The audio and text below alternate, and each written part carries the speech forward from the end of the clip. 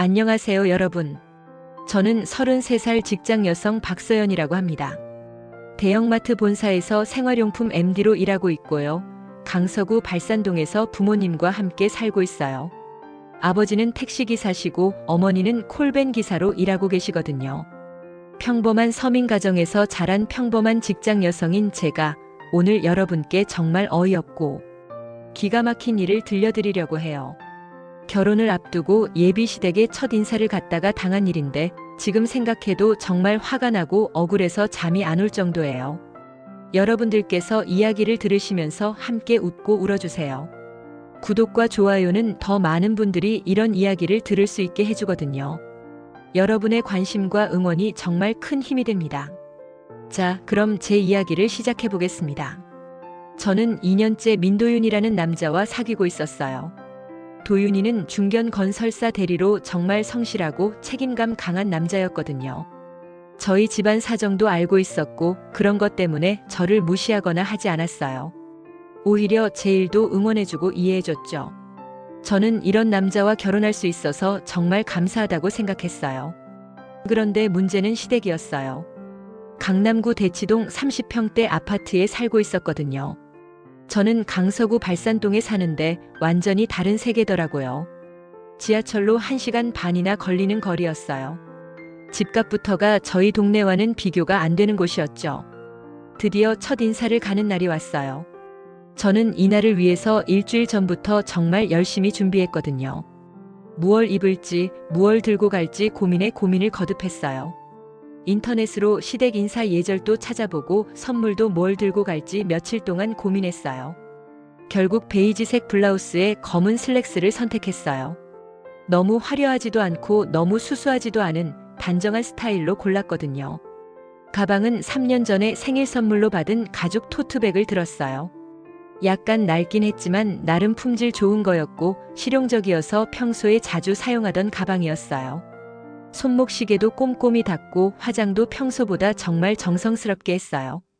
거울 앞에서 몇 번이나 점검했는데 나름 괜찮아 보였거든요. 적어도 첫 인사 자리에서 신뢰가 되지 않을 정도로는 단정하게 차려입었다고 생각했어요. 도윤이가 아파트 입구에서 기다리고 있었어요. 저를 보자 밝게 웃었는데 표정이 조금 어색하더라고요. 평소와는 다르게 뭔가 긴장한 것 같았어요. 저와 악수를 하는데 손바닥에서 땀이 나는 게 느껴졌거든요. 괜찮을 거라고 말하면서도 본인도 불안한 것 같았어요. 엘리베이터를 타고 15층까지 올라갔어요. 복도도 넓고 정말 고급스럽더라고요. 저희 집 원룸 2개를 합친 것보다 복도가 넓었어요. 바닥도 대리석이고 조명도 은은하고 고급스러웠죠. 확실히 다른 세계구나 싶었어요. 도윤이가 초인종을 누르자 문이 열렸습니다. 도윤이 엄마 강명옥 씨가 나타났어요. 61살이라고 했는데 정말 젊어 보였어요. 피부 관리숍을 운영한다고 들었는데 피부도 정말 좋고 옷도 우아하더라고요.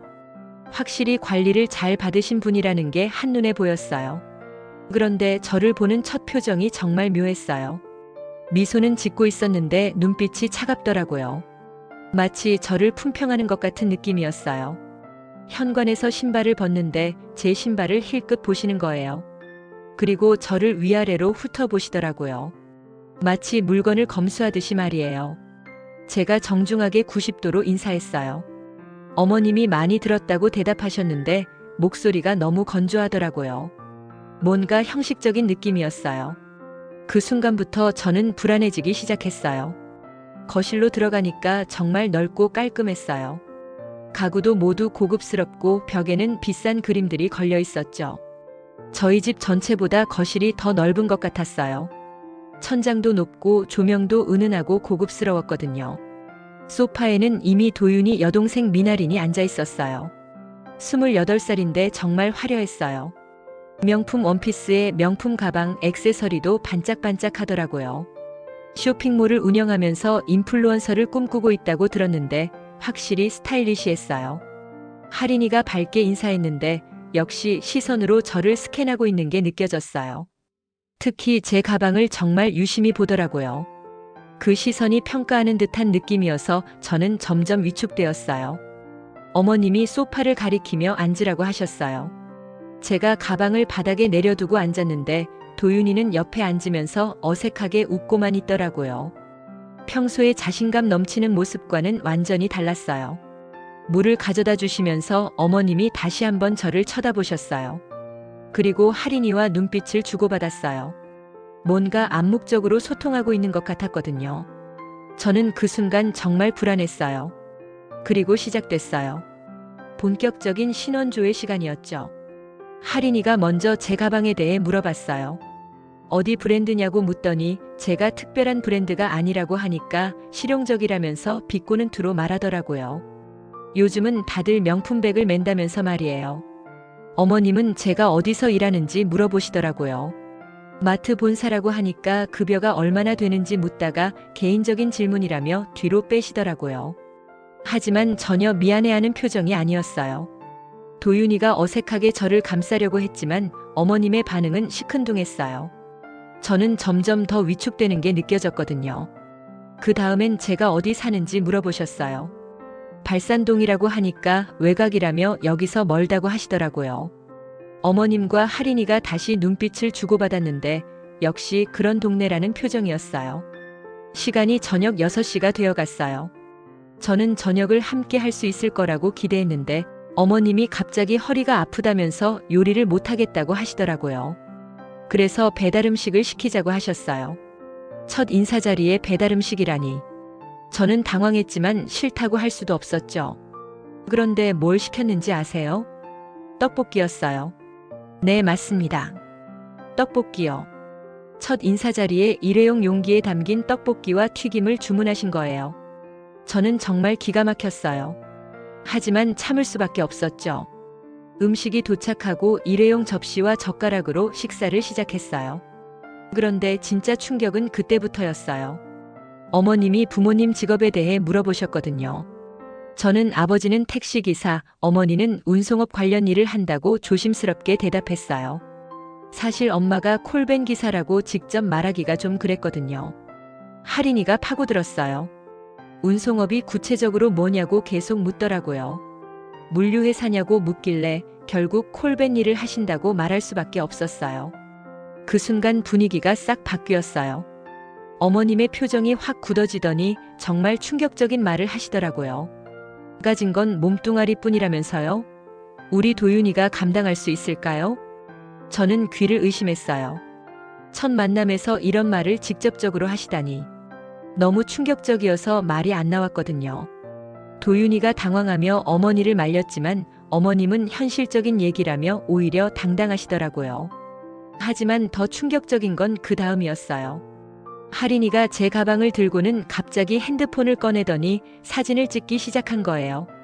자기 쇼핑몰 콘텐츠용이라면서 빈티지 스타일 소개한다고 하더라고요. 이런 스타일도 나름의 매력이 있죠. 요즘 MZ세대들이 추구하는 건가? 어머님도 옆에서 거들었어요. 이게 요즘 유행하는 스타일이야? 두 분이 제 가방을 두고 품평하기 시작하셨어요. 저는 그 순간 정말 죽고 싶었어요. 도윤이가 약하게 그만하라고 했지만 할인이는 나쁜 의미가 아니라며 다양성이 중요하다고 하더라고요. 하지만 말투에는 분명 조롱이 섞여 있었어요. 저는 눈물이 핑 돌았지만 꾹 참았어요. 이런 상황에서 울면 더 무시받을 것 같았거든요. 가슴이 너무 아팠지만 어떻게든 버텨야 했어요. 그런데 이게 끝이 아니었어요. 식사가 끝나갈 무렵 어머님이 결정타를 날리셨어요.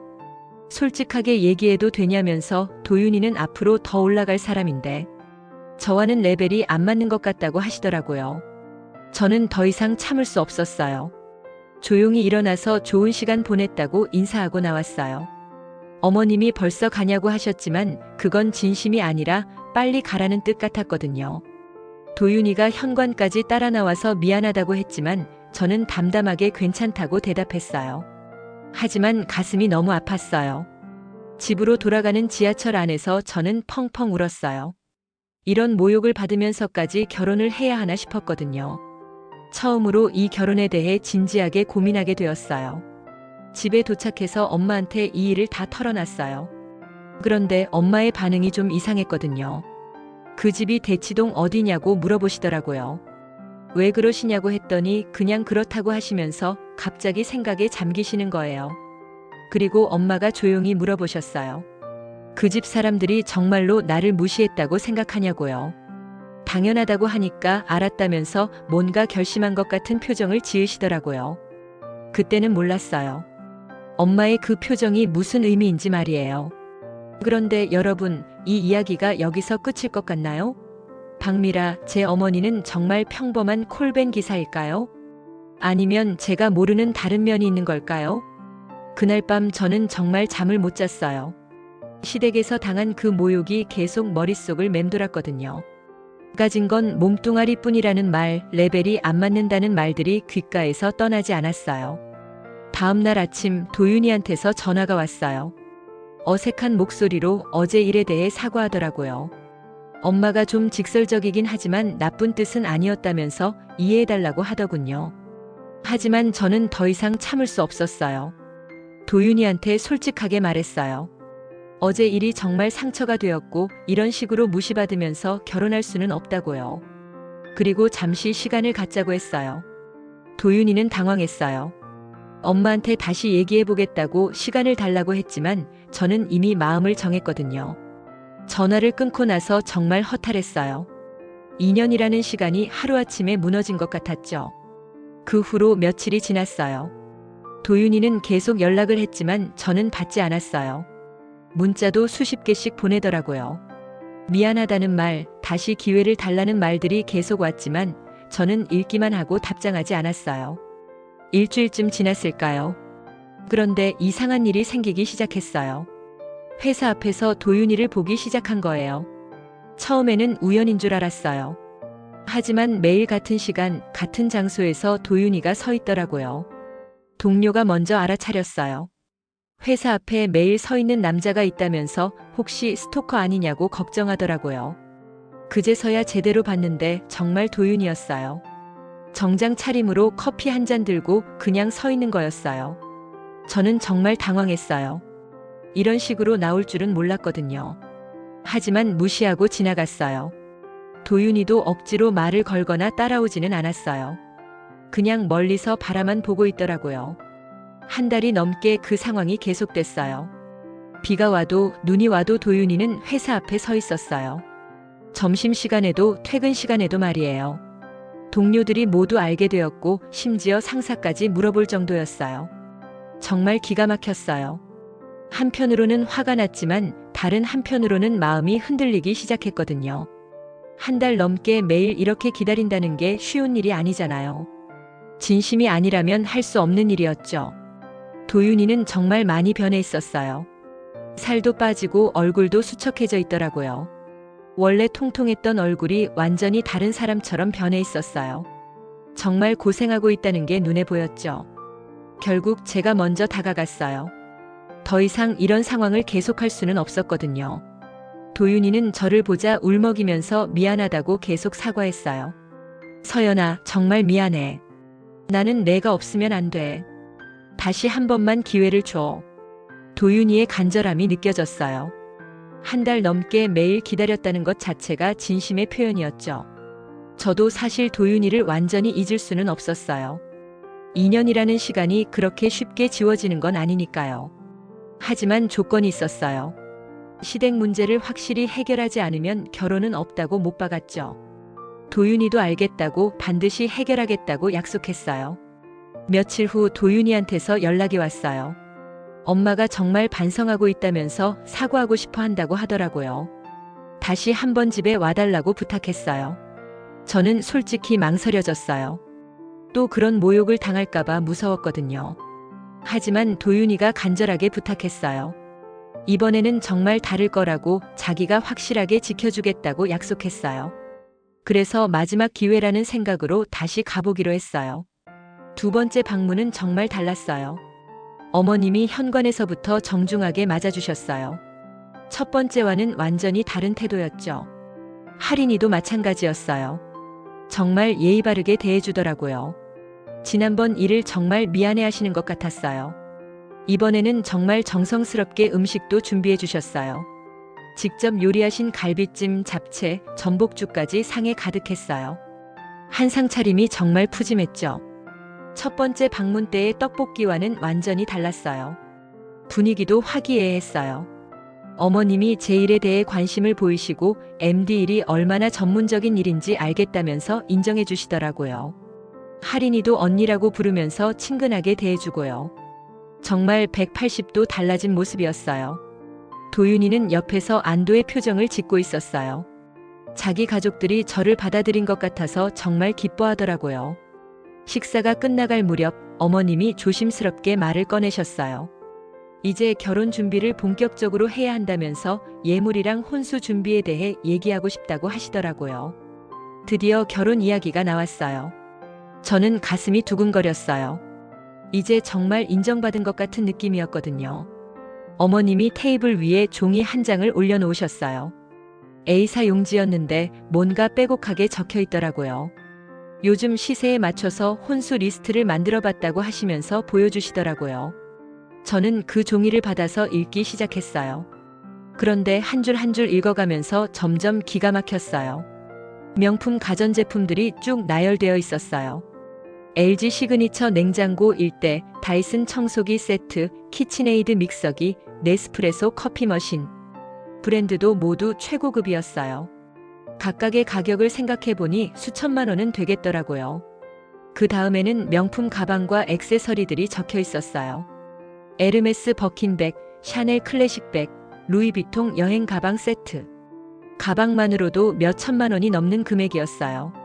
심지어 색깔과 사이즈까지 다 지정되어 있더라고요. 의류 쪽도 만만치 않았어요. 밍크 코트, 캐시미어 코트, 명품 브랜드 정장 세트들. 속옷까지 전부 명품 브랜드로 지정해 놨더라고요. 정말 세세한 것까지 다 적혀 있었어요. 그런데 정말 놀라운 건 그 다음이었어요. 할인이 차량 구입비가 적혀 있는 거예요. 신형 BMW X3 구입비 및 등록비 일체라고 명시되어 있었어요. 저는 눈을 의심했어요. 혼수에 시누이차 구입비까지 들어있다니. 이게 말이 되나 싶었어요. 도대체 무슨 생각으로 이런 걸 혼수 목록에 넣은 건지 이해가 안 됐어요. 마지막에는 총합계가 적혀 있었어요. 손으로 대충 계산해봐도 3억은 훌쩍 넘어 보이는 금액이었어요. 정확히는 3억 2천만 원 정도 되는 것 같았어요. 어머님이 당연하다는 표정으로 설명해 주셨어요. 요즘 시세가 다 이렇다면서 다른 집들도 이 정도는 한다고 하시더라고요. 할인이도 옆에서 고개를 끄덕이면서 오히려 적은 편이라고 말했어요. 저는 정말 말이 안 나왔어요. 3억이 넘는 돈이 저희 집에서 어떻게 마련할 수 있는 금액인가요? 아버지가 택시기사시고 어머니가 콜밴 기사신데 말이에요. 평생 모아도 안 되는 돈이었어요. 도윤이도 당황한 표정이었어요. 이런 리스트를 미리 본 게 아닌 것 같았어요. 엄마를 쳐다보면서 너무 과하다는 표정을 짓더라고요. 하지만 어머님은 단호하셨어요. 사랑은 이해하지만 결혼은 계산이죠. 그 한마디에 모든 게 정리되었어요. 지난번 사과도 오늘의 친절함도 모두 가식이었던 거죠. 결국 돈 이야기만 나오면 본색이 드러나는 거였어요. 저는 그 리스트를 다시 한번 찬찬히 살펴봤어요. 정말 기가 막힌 건 세부 사항까지 다 적혀 있다는 거였어요. 냉장고는 몇 리터짜리, 가방은 어떤 색깔, 심지어 자동차 옵션까지 다 지정되어 있더라고요. 제가 조심스럽게 물어봤어요. 이거 정말 다 필요한 건지, 혹시 좀 줄일 수는 없는 건지 말이에요. 그런데 어머님의 대답은 단호했어요. 요즘 어느 집이 이거보다 적게 하냐면서 도윤이 체면도 있다고 하시더라고요. 할인이도 거들었어요. 자기도 친구들한테 물어봤는데 다들 이 정도는 한다면서 오히려 적은 편이라고 하더라고요. 3억이 넘는 금액이 적은 편이라니 정말 믿어지지 않았어요. 그 순간 저는 깨달았어요. 이 사람들에게는 제가 사람이 아니라 거래의 대상이었다는 걸 말이에요. 도윤이와의 사랑, 저의 인격, 이런 건 전혀 고려 대상이 아니었어요. 오직 돈으로만 저를 평가하고 있었던 거죠. 제가 조용히 일어났어요. 죄송하지만 이런 건 저희 가정 형편상 불가능하다고 말씀드렸어요.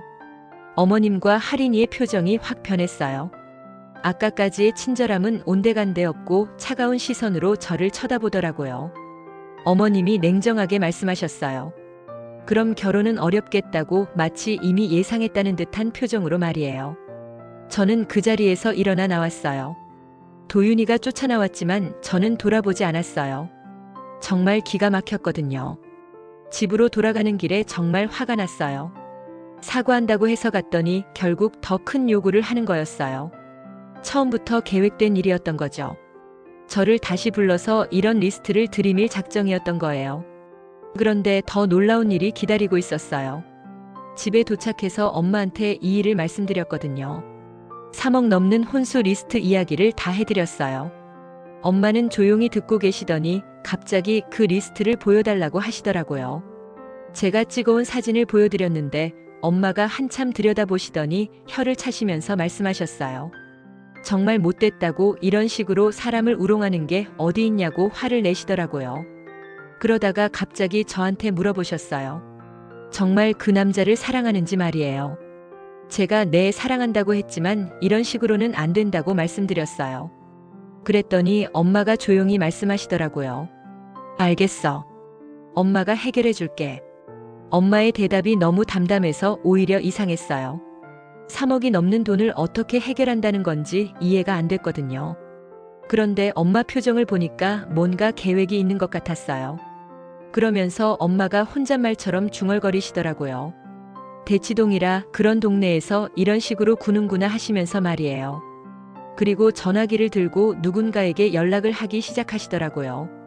저는 정말 궁금했어요. 엄마가 누구에게 전화를 하는 건지, 어떻게 이 문제를 해결할 수 있다는 건지 말이에요.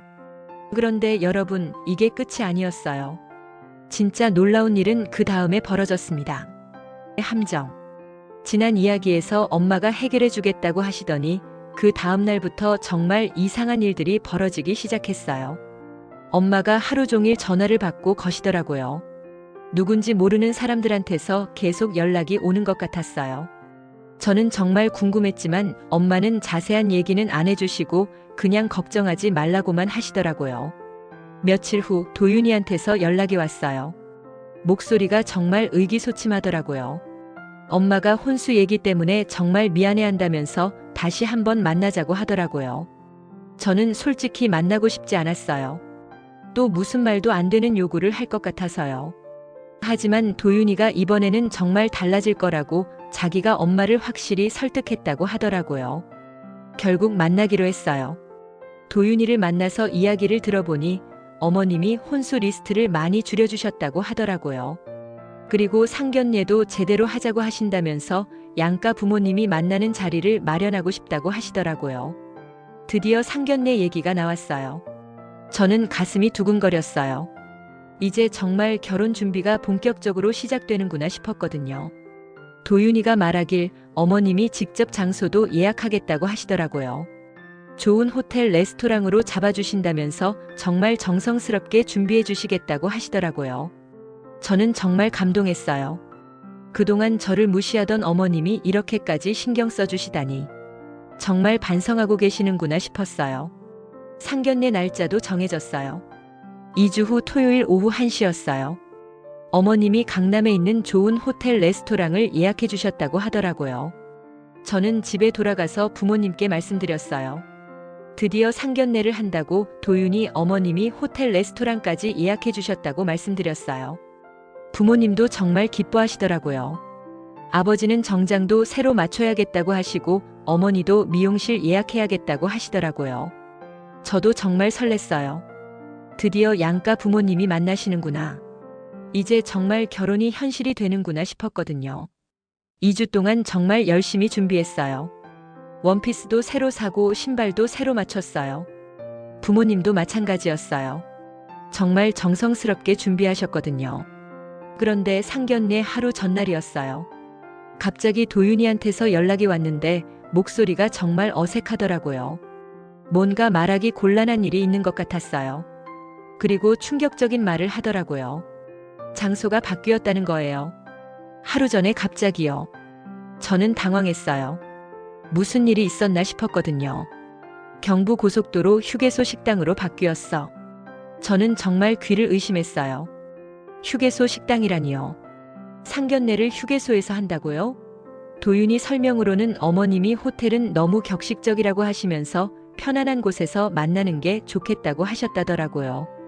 그리고 마지막에 도윤이가 조심스럽게 말하더라고요. 엄마 말이 너희 집안이랑 더 어울리는 곳이라고. 그 순간 저는 모든 걸 이해했어요. 호텔은 저희에게 과분하고 휴게소가 저희 집안 수준에 맞는 곳이라는 뜻이었거든요. 결국 또 저희를 깔보는 거였어요. 전화를 끊고 나서 정말 화가 났어요. 하루 전에 갑자기 휴게소로 바꾸다니. 이게 말이 되나 싶었어요. 집에 와서 부모님께 말씀드렸어요. 상견례 장소가 휴게소로 바뀌었다고요. 부모님 반응은 당연했어요. 아버지가 휴게소에서 상견례를 한다는 게 말이 되냐고 하시고 어머니는 사람을 뭘로 보고 이런 식으로 하냐면서 정말 화를 내시더라고요. 저도 마찬가지였어요. 정말 기분이 나빴거든요. 하지만 이미 정해진 일이고 지금 와서 취소할 수도 없는 상황이었어요. 결국 부모님과 상의해서 그냥 가기로 했어요. 어차피 양가 부모님이 만나는 게 목적이니까 장소가 어디든 상관없다고 생각하기로 했어요. 하지만 마음속으로는 정말 화가 났어요. 호텔 예약해준다고 해놓고 하루 전에 갑자기 휴게소로 바꾸다니. 이런 식으로 사람을 대하는 게 맞나 싶었거든요. 상견례 당일이 되었어요. 저희 가족은 새벽부터 준비했어요. 아버지는 새로 맞춘 정장을 입으시고 어머니도 미용실에서 파마까지 하고 오셨어요. 저도 새로 산 원피스를 입고 정말 정성스럽게 준비했어요. 휴게소라고 해서 대충 갈 수는 없었거든요. 경부고속도로 휴게소에 도착했어요. 정말 일반적인 고속도로 휴게소더라고요. 토요일 점심시간이라 사람들이 정말 많았어요. 여행객들, 화물차 기사님들, 가족 단위 손님들로 북적북적했어요. 시끄럽고 복잡한 곳이었죠. 도윤이가 먼저 와서 기다리고 있었어요. 저희를 보자 정말 미안한 표정을 지었어요. 본인도 이 상황이 어색하다는 걸 알고 있는 것 같았거든요. 정장 입고 휴게소에 서 있는 모습이 정말 어색해 보였어요. 잠시 후 도윤이 가족들이 도착했어요. 어머님과 할인이가 함께 왔더라고요. 그런데 어머님 표정을 보니까 정말 이상했어요. 전혀 미안해하는 기색이 없었어요. 마치 이 상황을 즐기고 있는 것 같은 느낌이었거든요. 휴게소에 온 걸 전혀 부끄러워하지 않으시더라고요. 저희는 휴게소 식당으로 들어갔어요. 토요일 점심시간이라 사람이 정말 많았어요. 온갖 소음으로 시끄럽고 복잡해서 대화하기도 힘들 정도였어요. 아이들 우는 소리, 식기 부딪히는 소리, 사람들 대화 소리가 뒤섞여 있었죠. 테이블에 앉았는데 정말 어색했어요. 휴게소 식당의 플라스틱 의자에 정장 입고 앉아서 상견례를 하다니. 주변 사람들도 저희를 이상하게 쳐다보더라고요. 이게 정상적인 상견례 상황인가 싶었어요. 어머님이 메뉴판을 보시면서 여기 불고기 정식이 맛있다고 자주 오시는 곳이라고 하시더라고요. 그런데 그 말투가 정말 이상했어요. 뭔가 조롱하는 듯한 느낌이 들었거든요. 그리고 결정적인 말을 하시더라고요. 호텔은 과분하죠. 거긴 사돈이 민망할 테니. 그 순간 식당이 조용해진 것 같았어요. 어머님이 대놓고 그런 말씀을 하시다니. 저는 정말 기가 막혔어요. 저희 부모님도 당황하신 게 역력했어요. 어머니 얼굴이 빨갛게 달아오르시더라고요. 아버지도 주먹을 꽉 쥐고 계시는 게 보였어요. 할인이도 옆에서 거들었어요. 맞다면서 이런 곳이 더 편하다고 호텔 같은 데는 어색했을 거라고 하더라고요. 그러면서 주변을 둘러보며 여기가 딱 맞는 것 같다고 말하더라고요. 저는 정말 참기 힘들었어요. 이런 모욕을 당하면서 상견례를 계속해야 하나 싶었어요. 하지만 이미 와버린 상황이라 어떻게 할 수가 없었어요. 그런데 더 놀라운 일이 벌어졌어요. 어머님이 갑자기 핸드폰을 꺼내시더니 셀카를 찍기 시작한 거예요. 그리고 정말 충격적인 말을 하시더라고요. 오늘 착한 일 하러 왔어요. 가난한 집에 밥 한 끼 대접. 어머님이 웃으면서 그런 말을 하시는 거예요. 마치 자선 사업이라도 하러 온 것처럼 말이에요. 저는 그 순간 정말 죽고 싶었어요. 상견례 자리에서 이런 모욕을 당하다니. 정말 견딜 수가 없었어요. 저희 부모님도 더 이상 참을 수 없으셨나 봐요. 어머니가 일어나시려고 하시더라고요. 하지만 아버지가 어머니 손을 붙잡으시면서 참으라는 눈빛을 보내시더라고요. 정말 길고 고통스러운 시간이 흘렀어요. 밥을 먹는 내내 어머님과 할인이는 계속해서 저희를 은근히 무시하는 말들을 하시더라고요. 음식이 입에 들어가지도 않았어요. 도윤이는 중간중간 말리려고 했지만 별로 효과가 없었어요. 식사가 끝나갈 무렵 저는 더 이상 참을 수 없어서 화장실에 갔어요. 정말 울고 싶었지만 참았어요. 화장실에서 찬물로 얼굴을 씻으며 마음을 다잡으려고 했어요. 화장실에서 나오는데 어머님과 할인이가 테이블 근처에서 서로 얘기하고 있는 게 들렸어요. 저는 무의식 중에 걸음을 멈췄어요. 역시 이런 곳이 어울려. 호텔 갔으면 민망했을 텐데. 맞아요, 엄마. 보세요, 저렇게 접시까지 싹싹 긁어먹더라고요. 역시 거지 근성은 못 감추네요. 두 분이 저희 부모님을 보고 그런 얘기를 하고 계시더라고요. 저는 정말 기가 막혔어요. 이런 식으로 뒤에서 욕을 하다니. 정말 인격이 의심스러웠어요. 그런 말을 들으면서 저는 모든 걸 깨달았어요. 이 사람들은 처음부터 저희를 무시하고 모욕을 줄 작정이었다는 걸 말이에요. 호텔 예약이고 뭐고 다 거짓말이었던 거죠. 저희를 휴게소로 불러내서 굴욕을 주려고 계획한 일이었던 거예요. 상견례라는 이름으로 저희를 속여서 이런 치욕을 당하게 만든 거였어요. 정말 치밀하고 악랄한 계획이었죠. 저는 분노가 치밀어 올랐어요. 저는 테이블로 돌아가서 부모님께 조용히 말씀드렸어요. 이제 일어나자고, 더 이상 여기 있을 필요 없다고요. 부모님도 이미 한계에 다다르신 것 같았어요. 저희는 조용히 일어나서 간단히 인사를 하고 나왔어요. 밖으로 나오면서 정말 분했어요. 이런 식으로 사람을 모욕할 수 있는 건가 싶었어요. 상견례라는 이름으로 이런 굴욕을 당할 줄은 정말 몰랐거든요. 집으로 돌아가는 차 안에서 저는 결심했어요. 이런 식으로 저와 제 가족을 무시하는 사람들과는 절대 가족이 될 수 없다고 말이에요. 아버지가 조용히 말씀하셨어요. 저런 사람들과는 인연을 끊는 게 맞다고, 딸을 저런 집에 보낼 수는 없다고 하시더라고요. 어머니도 마찬가지였어요. 정말 기가 막힌다면서 사람이 어떻게 저럴 수 있냐고 분개하시더라고요. 저도 정말 마음이 아팠어요. 도윤이는 좋은 사람이었는데 가족들 때문에 이렇게 될 줄은 몰랐거든요. 하지만 이런 식으로 계속 모욕을 당하면서 결혼할 수는 없었어요. 집에 도착해서 엄마한테 오늘 일을 자세히 말씀드렸어요. 휴게소에서 당한 모든 모욕을 다 말씀드렸거든요. 엄마는 들으시면서 표정이 점점 굳어지시더라고요. 그 사람들이 그렇게 했다고. 엄마 목소리에 뭔가 위험한 느낌이 들었어요. 평소와는 다른 톤이었거든요. 네, 정말 창피하고 화났어요. 엄마가 잠시 생각에 잠기시더니 조용히 말씀하셨어요. 알겠다. 엄마가 처리할게. 그러면서 엄마가 혼잣말처럼 중얼거리시더라고요. 휴게소에서 그런 짓을 하다니 정말 못됐다고 하시면서 말이에요. 그런데 여러분, 이 모욕이 여기서 끝일 것 같나요? 제 어머니가 이런 일을 당하고도 가만히 있을 분일까요? 그리고 기립. 그날 밤 저는 정말 잠이 오지 않았어요. 휴게소에서 당한 그 굴욕이 계속 머릿속을 맴돌았거든요. 상견례라는 이름으로 저희를 불러내서 그런 모욕을 주다니. 정말 기가 막혔어요.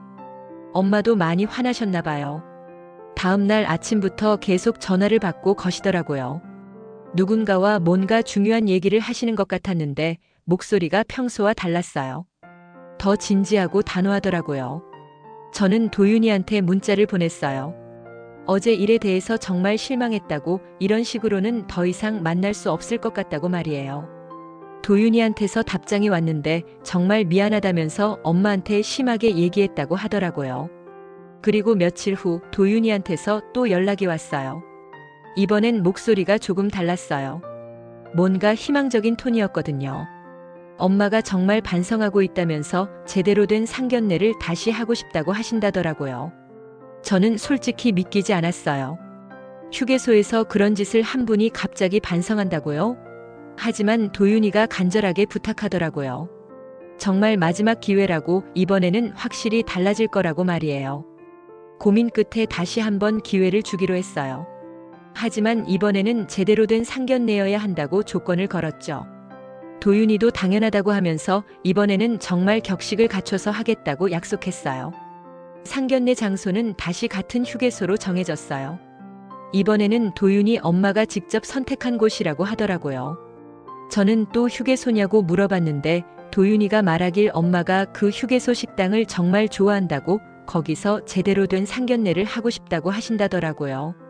좀 이상했지만 이번에는 정말 진심으로 사과하고 싶어 하신다는 도윤이 말을 믿기로 했어요. 날짜는 일주일 후 토요일 점심시간으로 정해졌어요. 부모님께 말씀드렸더니 또 휴게소냐면서 어이없어 하시더라고요. 하지만 저희도 마지막 기회라고 생각하고 가보기로 했어요. 이번에도 똑같이 모욕을 준다면 그때는 정말 끝내기로 했죠. 상견례 당일이 되었어요. 저희는 이번에도 정성스럽게 준비했어요. 아무리 휴게소라지만 상견례는 상견례니까요. 같은 휴게소에 도착해서 식당으로 들어갔어요. 이번에는 도윤이 가족이 먼저 와 있었어요. 어머님과 할인이가 테이블에 앉아 계시더라고요. 그런데 표정이 지난번과는 조금 달랐어요. 좀 더 진지해 보였거든요. 저희가 앉자 어머님이 먼저 입을 여셨어요. 지난번 일에 대해 정말 미안하다고 너무 성급하게 판단했던 것 같다고 하시더라고요. 할인이도 옆에서 미안하다고 했어요. 나름 진심으로 사과하는 것 같았어요. 식사를 시작했는데 분위기가 지난번보다는 훨씬 나았어요. 어머님도 저희 부모님께 정중하게 대해주시고 대화도 자연스럽게 이어졌어요. 저는 조금씩 마음을 열기 시작했어요. 정말 반성하고 계신가 보다 싶었거든요. 그런데 식사가 막바지에 다다를 무렵 저와 어머니가 잠깐 화장실에 가게 되었어요. 어머님과 할인이, 도윤이는 테이블에 그대로 남아 있었죠. 화장실에서 일을 보고 나와서 손을 씻고 있는데 어머니가 먼저 나가셨어요. 저는 조금 더 있다가 나왔어요. 그런데 식당으로 돌아가는 길에 문틈 사이로 저희 테이블에서 나오는 소리가 들렸어요. 어머님과 할인이 목소리였는데 뭔가 대화를 하고 있더라고요. 저는 무의식적으로 걸음을 멈췄어요. 그리고 귀를 기울였는데 정말 충격적인 말들이 들려왔어요. 없는 집일수록 자존심만 세다더니 그 엄마의 그 딸이네. 어머님 목소리였어요. 지금까지 저희한테 미안하다고 하시던 그 목소리로 말이에요. 할인이도 거들었어요. 맞아요. 보세요, 저렇게 촌티나게. 아직도 정신을 못 차렸네요. 저기 봐, 접시까지 싹싹 긁어먹더라. 역시 거지 근성은 못 감추네. 두 분이 저희 부모님을 보고 그런 얘기를 하고 계시더라고요. 저는 정말 기가 막혔어요. 지금까지 사과한다면서 뒤에서는 이런 식으로 욕을 하고 있었던 거예요. 도윤이 목소리도 들렸어요. 엄마를 말리는 것 같았지만 목소리가 너무 약했어요. 별로 진심으로 말리는 것 같지도 않았고요. 저는 정말 분이 치밀어 올랐어요. 이 사람들은 정말 한치도 변하지 않았구나 싶었어요. 겉으로는 사과하는 척하면서 뒤에서는 여전히 저희를 무시하고 조롱하고 있었던 거예요. 그런데 그 순간 정말 놀라운 일이 벌어졌어요. 식당 입구 쪽에서 이상한 소리가 들리기 시작한 거예요. 뭔가 웅성거리는 소리였는데 평소보다 좀 더 소란스러웠어요. 저는 궁금해서 그쪽을 봤는데 정말 놀라운 광경이 펼쳐지고 있었어요. 식당 전체에 검은색 작업복을 입은 사람들이 가득 들어오고 있었어요. 모두 비슷한 옷을 입고 있었는데 등에 운송이라고 적혀 있더라고요. 화물차 기사분들 같았어요.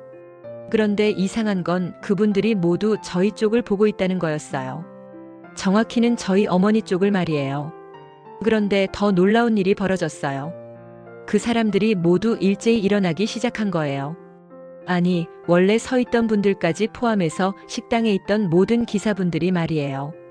그리고 저희 어머니 쪽을 보더니 깊숙이 고개를 숙이더라고요. 마치 군대에서 격리하는 것처럼 일사불란했어요. 그때 한 분이 큰 소리로 외쳤어요. 이사장님 오셨습니다. 이사장님? 저는 정말 놀랐어요. 누구를 이사장님이라고 부르는 걸까요? 그런데 더 놀라운 건 그 모든 시선이 저희 어머니를 향하고 있다는 거였어요. 어머니가 조용히 손을 들어 인사를 받으시더라고요. 그러자 식당에 있던 모든 기사분들이 더 깊숙이 고개를 숙이셨어요. 정말 장관이었어요. 저는 정말 믿을 수 없었어요. 우리 어머니가 이사장이라고요? 콜벤 기사라고 알고 있었는데 이사장이라니요? 완전히 혼란스러웠어요. 그런데 더 놀라운 건 도윤이네 테이블 쪽 반응이었어요. 어머님과 할인이 얼굴이 새하얗게 변해 있었어요. 입이 떡 벌어져서 말이 안 나오는 것 같았어요. 도윤이도 마찬가지였고요. 방금 전까지 저희를 무시하며 욕하던 그 입들이 이제는 벌어진 채로 굳어 있었어요. 정말 통쾌했어요. 어머니가 조용히 테이블로 돌아오셨어요. 그리고 아무 일도 없었다는 듯이 자연스럽게 앉으셨어요. 하지만 분위기는 완전히 바뀌어 있었어요. 어머님이 떨리는 목소리로 물어보셨어요. 혹시 사업을 하시냐고, 어떤 일을 하시는지 궁금하다고 하시더라고요. 아까까지 거지 근성이라고 욕하던 입으로 말이에요. 어머니가 담담하게 대답하셨어요. 작은 운송업체를 하고 있다고, 콜벤 기사들과 함께 일한다고 하시더라고요. 하지만 그 말투가 평소와 달랐어요. 더 당당하고 확신에 차 있었거든요. 콜벤 협동조합 이사장을 하고 있어요. 그 순간 저는 모든 걸 이해했어요. 어머니가 단순한 콜벤 기사가 아니라 협동조합 이사장이셨던 거예요. 그러니까 식당에 있던 모든 기사분들이 어머니께 경의를 표한 거였구나 싶었죠. 어머님과 할인이 얼굴 표정이 정말 볼만했어요. 지금까지 콜벤 기사라고 무시했던 사람이 알고 보니 이사장이었던 거예요. 그것도 수십 명의 기사들을 거느린 협동조합의 이사장 말이에요. 어머니가 조용히 말씀하셨어요. 지금까지 저희 가족을 무시하고 모욕했던 것에 대해 어떻게 생각하시는지 궁금하다고 하시더라고요. 목소리는 조용했지만 위압감이 느껴졌어요. 그리고 방금 전 화장실 다녀오면서 들었던 대화에 대해서도 언급하셨어요. 거지 근성이라고 하셨던 것, 촌티난다고 하셨던 것 모두 기억하고 있다고 하시더라고요. 어머님 얼굴이 새파랗게 질렸어요. 뒤에서 한 말을 다 들켰다는 걸 알았거든요. 할인이도 마찬가지였고요. 도윤이가 급하게 변명하려고 했지만 어머니는 조용히 손을 들어 제지하셨어요. 식당 분위기가 정말 긴장됐어요. 주변에 있던 기사분들도 저희 테이블을 계속 지켜보고 계시더라고요. 뭔가 중대한 일이 벌어지고 있다는 걸 아시는 것 같았어요. 어머니가 마지막으로 말씀하셨어요. 사람을 겉모습이나 직업으로 판단하면 안 된다고, 누구든 존중받을 권리가 있다고 하시더라고요. 그 말을 들으면서 저는 정말 자랑스러웠어요. 어머님과 할인이는 아무 말도 하지 못하고 있었어요. 지금까지의 모든 행동이 부끄러웠을 거예요. 거지 근성이라고 무시했던 사람이 알고 보니 자신들보다 훨씬 큰 사업을 하고 있었던 거니까요. 그런데 여러분, 이게 끝이 아니었어요. 진짜 충격적인 일은 바로 다음에 일어났습니다. 지난번에 식당에서 어머니의 정체가 드러났을 때 정말 놀라운 일이 더 벌어졌어요.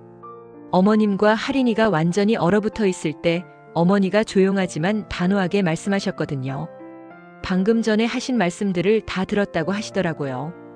그 한마디에 어머님 얼굴이 더 새파래졌어요. 뒤에서 한 악담을 다 들켰다는 걸 깨달았거든요. 할인이도 마찬가지로 입을 다물지 못하고 있었어요. 어머니가 계속 말씀하셨어요.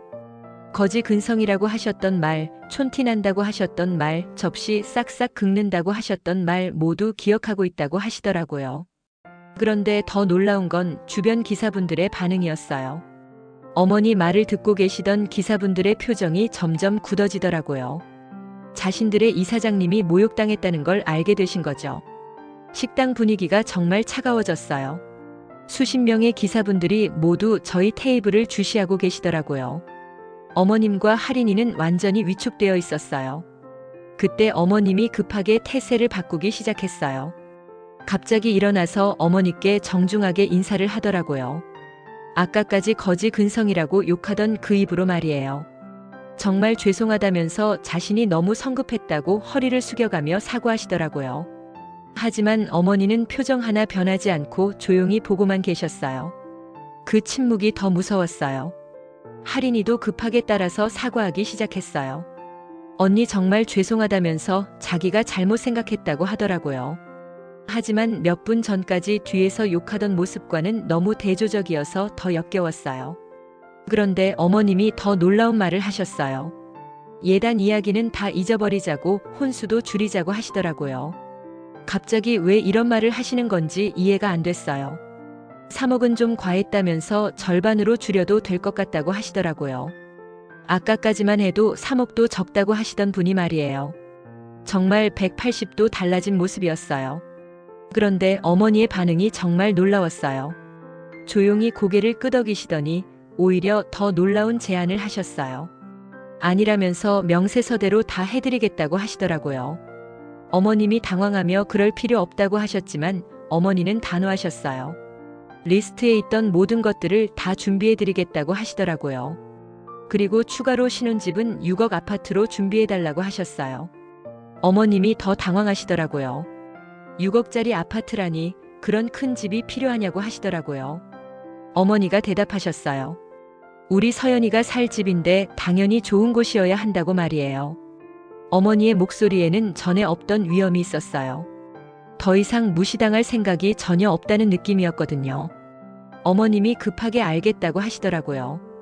6억 아파트도 준비하겠다고 뭐든지 해드리겠다고 하시더라고요. 정말 무서울 정도로 빨리 변하시더라고요. 그런데 그 순간 어머님이 또 다른 실수를 하셨어요. 갑자기 화가 나셨는지 본색을 드러내기 시작한 거예요. 이게 말이 되느냐면서 콜밴 기사가 무슨 이사장이냐고 목소리를 높이시더라고요. 그 순간 식당이 정말 조용해졌어요. 주변에 있던 기사분들이 모두 어머님을 쳐다보시더라고요. 할인이도 거들었어요. 맞다면서 거지 새끼 운운하던 입은 어디에 뒀냐고 하더라고요. 그 말을 하는 순간 정말 놀라운 일이 벌어졌어요. 주변에 있던 기사분들이 모두 일어나기 시작한 거예요. 그리고 저희 테이블 쪽으로 다가오시기 시작했어요. 한 기사분이 차분하지만 단호한 목소리로 말씀하셨어요. 이 사장님을 모독하는 건 용납할 수 없다고 하시더라고요. 다른 분들도 고개를 끄덕이시더라고요. 어머님과 할인이 얼굴이 완전히 창백해졌어요. 수십 명의 기사분들이 자신들을 둘러싸고 있으니까 정말 무서웠을 거예요. 또 다른 기사분이 사과하라고 말씀하셨어요. 진심 어린 사과를 하라고 이사장님께 무릎 꿇고 사과하라고 하시더라고요. 어머님이 떨리는 목소리로 사과하기 시작했어요. 정말 죄송하다고 자신이 잘못했다고 하시더라고요. 하지만 기사분들은 그걸로 충분하지 않다고 하셨어요. 기사분들이 단호하게 무릎 꿇고 제대로 사과하라고 말씀하셨어요. 어머님과 할인이는 어쩔 수 없이 자리에서 일어나더니 정말로 무릎을 꿇기 시작했어요. 저는 그 광경을 보면서 정말 놀랐어요. 그동안 저희를 그렇게 무시하던 사람들이 무릎 꿇고 사과하고 있다니 현실 같지 않았어요. 어머님이 눈물까지 흘리면서 이사장님 정말 죄송하다고 자신들이 너무 무례했다고 사과하시더라고요. 할인이도 마찬가지였어요. 언니 정말 미안하다면서 다시는 이런 일 없을 거라고 울면서 빌더라고요. 어머니는 조용히 그 모습을 보고 계셨어요. 그러다가 기사분들께 이제 그만하라고 손짓하셨어요. 충분하다는 뜻이었죠. 어머님과 할인이가 다시 자리에 앉았을 때 얼굴이 완전히 달라져 있었어요. 더 이상 저희를 무시하는 기색은 전혀 없었어요. 도윤이는 그동안 아무 말도 못하고 있다가 그때서야 어머니께 사과했어요. 자기 가족들이 너무 무례했다고 정말 죄송하다고 하더라고요. 어머니가 도윤이를 보시더니 조용하지만 의미심장하게 말씀하셨어요. 결혼은 두 사람만 하는 게 아니라 가족끼리 하는 거라고 하시더라고요. 그 말의 의미를 도윤이도 알았을 거예요. 이런 가족들과 함께 살아야 한다는 것의 의미를 말이에요. 그때 저는 더 이상 참을 수 없었어요.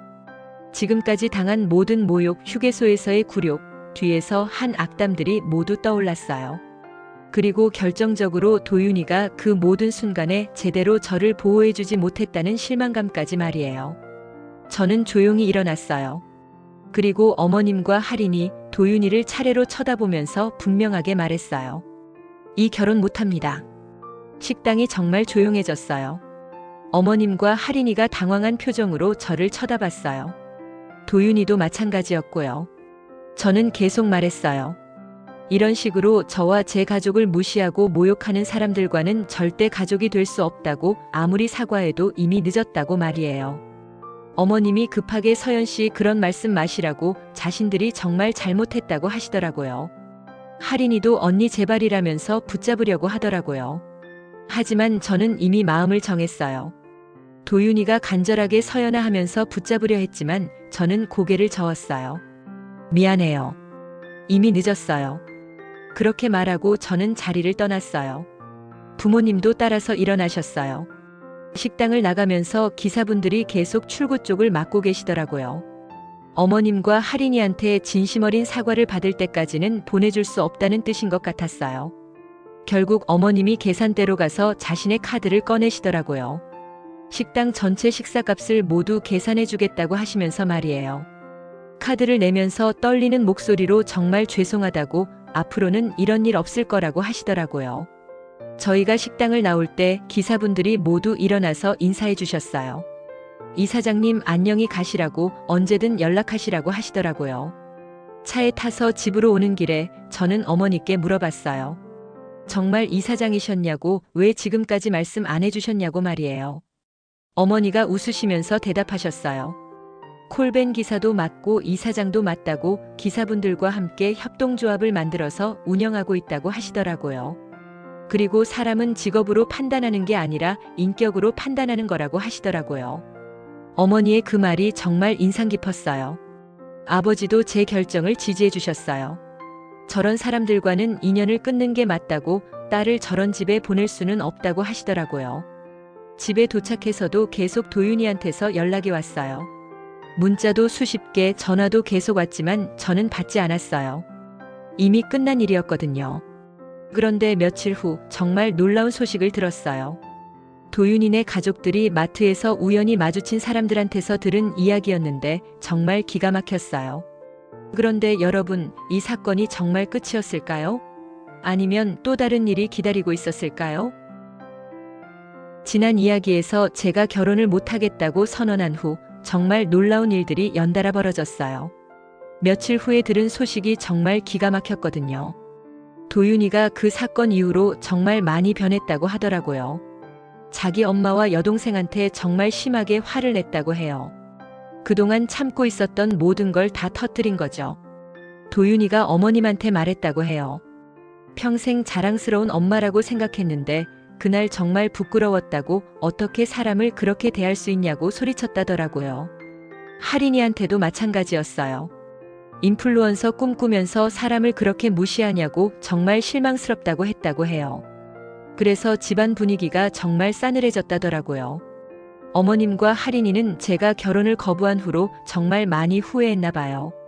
도윤이한테 계속 미안하다고 서연이한테 사과하고 싶다고 했다더라고요. 하지만 이미 늦었죠. 저는 이미 마음의 문을 닫아버렸거든요. 그런데 정말 놀라운 건 도윤이가 끝까지 포기하지 않았다는 거예요. 매일같이 제 회사 앞에서 기다리고 집 앞에서도 기다리고 문자와 전화를 계속했어요. 한 달 정도 그런 날들이 계속됐어요. 도윤이는 정말 많이 야위어 있었어요. 볼 때마다 안쓰럽긴 했지만 저는 마음을 바꿀 생각이 없었어요. 어느 날 도윤이가 정말 간절하게 부탁했어요. 마지막으로 한 번만 만나달라고 할 말이 있다고 하더라고요. 저는 처음에는 거절했지만 너무 간절해서 결국 만나주기로 했어요. 카페에서 만난 도윤이는 정말 많이 변해 있었어요. 살도 많이 빠지고 눈도 푹 들어가 있었어요. 저를 보자마자 눈물을 흘리더라고요. 도윤이가 말했어요. 정말 죄송하다고 자기가 제대로 지켜주지 못해서 미안하다고 하더라고요. 그리고 가족들과 완전히 인연을 끊겠다고 저하고만 살겠다고 했어요. 하지만 저는 고개를 저었어요. 그럴 수는 없다고 가족은 가족이라고 말했어요. 그리고 이미 저는 다른 결정을 내렸다고 했죠. 도윤이가 깜짝 놀라면서 물어봤어요. 무슨 다른 결정이냐고요? 혹시 다른 사람을 만나고 있냐고 걱정스럽게 물어보더라고요. 저는 웃으면서 대답했어요. 그런 건 아니라고 하지만 새로운 인연을 찾기로 했다고 말이에요. 그리고 도윤이에게도 새로운 사람을 만나라고 했어요. 도윤이는 정말 슬픈 표정을 지었어요. 하지만 결국 제 결정을 받아들이겠다고 했어요. 그리고 마지막으로 한 가지만 약속해달라고 했어요. 만약 나중에 마음이 바뀌면 연락해달라고요. 저는 그럴 일은 없을 거라고 했지만 약속하겠다고 했어요. 그렇게 저와 도윤이의 인연 관계는 정말로 끝이 났어요. 그 후로 몇 달이 지났어요. 저는 새로운 일상에 적응하려고 노력했어요. 일에도 더 집중하고 친구들과도 더 많이 만나고 새로운 취미도 시작했어요. 그런데 정말 놀라운 일이 일어났어요. 어느 날 휴게소에서 도와주셨던 기사분 중 한 분이 저에게 연락을 주셨거든요. 좋은 사람이 있다면서 소개해주고 싶다고 하시더라고요. 처음에는 거절했어요. 아직 연애 생각이 없다고요. 하지만 기사분이 정말 좋은 사람이라고 한 번만 만나보라고 계속 권하시더라고요. 결국 호기심에 만나보기로 했어요. 그분이 소개해주신 분은 윤태주라는 수의사 선생님이었어요. 36살로 저보다 3살 많았는데 정말 따뜻하고 친절한 분이었어요. 첫 만남에서 느낀 건 도윤이와는 완전히 다른 사람이라는 거였어요. 태주 씨는 정말 진실하고 솔직했어요. 자기 얘기도 숨김없이 해주고 제 얘기도 진심으로 들어주더라고요. 특히 인상 깊었던 건 제가 이전에 겪었던 일들을 얘기했을 때 태주 씨의 반응이었어요. 정말 화를 내더라고요. 어떻게 사람을 그렇게 대할 수 있냐면서 정말 잘못된 거라고 명확하게 말해주더라고요. 그리고 제 부모님 직업에 대해서도 전혀 편견이 없었어요. 오히려 존경한다고 하더라고요. 힘든 일을 하시면서도 딸을 훌륭하게 키우셨다면서 말이에요. 몇 번 더 만나면서 저는 점점 태주 씨에게 마음을 열게 되었어요. 정말 좋은 사람이라는 걸 알 수 있었거든요. 태주 씨네 가족들도 정말 좋았어요. 태주 씨 부모님은 둘 다 선생님이셨는데 정말 따뜻하고 교양 있는 분들이었어요. 저를 처음 만났을 때부터 딸처럼 대해주시더라고요. 특히 태주 씨 어머님이 말씀하신 게 인상 깊었어요. 사람은 어떤 집에서 태어났느냐가 중요한 게 아니라 어떤 마음을 가지고 살아가느냐가 중요하다고 하시더라고요. 태주 씨와 사귄 지 6개월쯤 되었을 때 정식으로 상견례를 하게 되었어요. 이번에는 정말 제대로 된 상견례였어요. 좋은 한식당에서 격식을 갖춰서 했거든요. 태주 씨 부모님이 저희 부모님을 정말 정중하게 대해주셨어요. 아버지 직업, 어머니 직업에 대해서도 전혀 편견 없이 대화해 주시더라고요.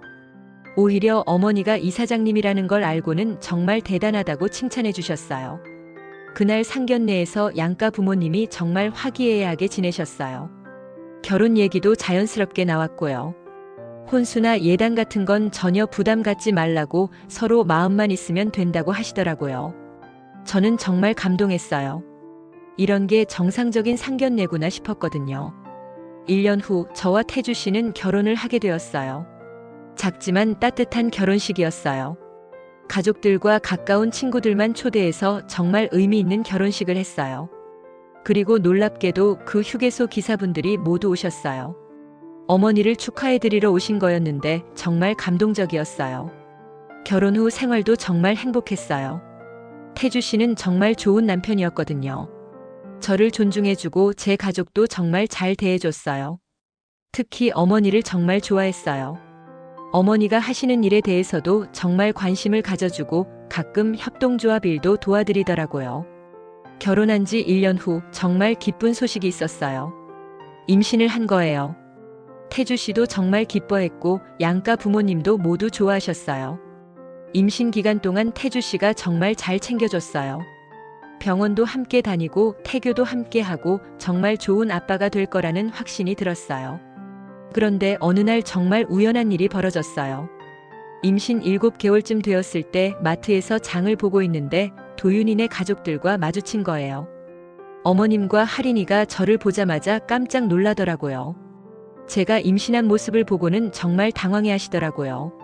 그런데 더 놀라운 건 저를 보자마자 카트를 버리고 도망가려고 하는 거였어요. 마치 저를 보는 게 부끄러운 것처럼 말이에요.